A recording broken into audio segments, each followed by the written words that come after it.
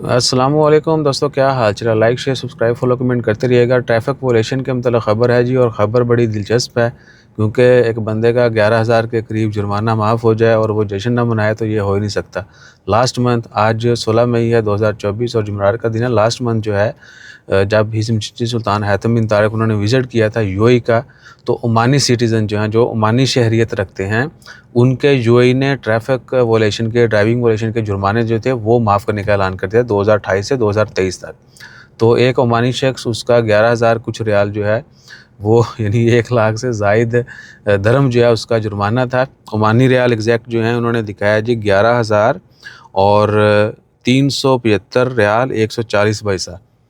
ठीक है जी, ये उसका जुर्माना था, ये माफ़ हो गया है और 250 से ज़ायद उसने वॉयलेशन की थी।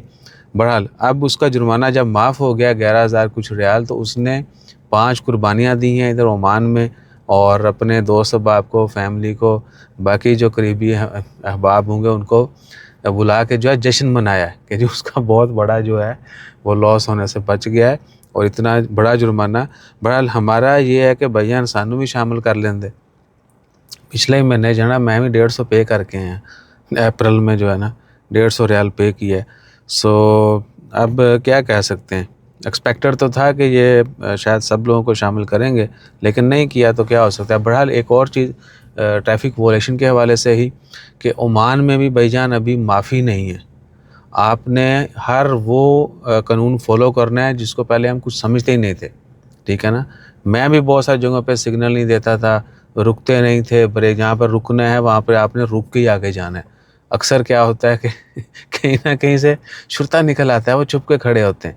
ठीक है, हाँ जी, आपने वहाँ रुकना था, स्ट्रेट लाइन थी, ब्रेक क्यों नहीं लगाई। यानी जो ट्रैफिक कानून है, जो हम लर्निंग के दौरान भी सीखते हैं ये चीज़ें, ड्राइविंग जो है ना टेस्ट के दौरान, सिग्नल नहीं दिया। अच्छा, मेरे साथ क्या हुआ है, ये आप बीती है।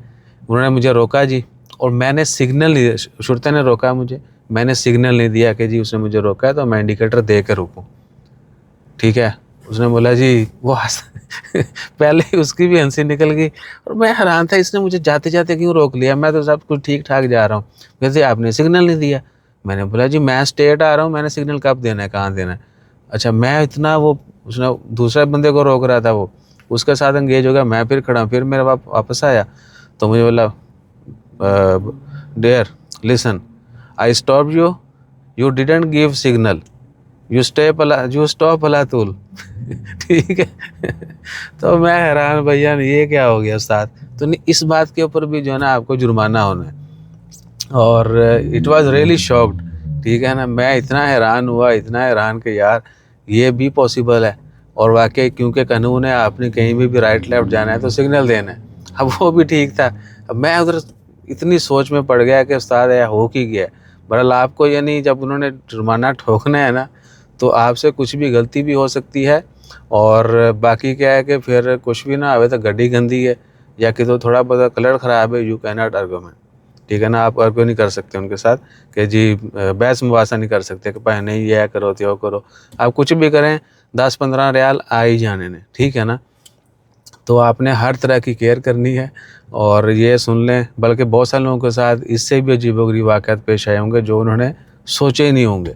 ठीक है ना, तो अपना ख्याल रखिएगा, दुआ में याद रखिएगा, और कवानीन को फॉलो करें। जज़ाकल्लाह, अल्लाह हाफ़िज़।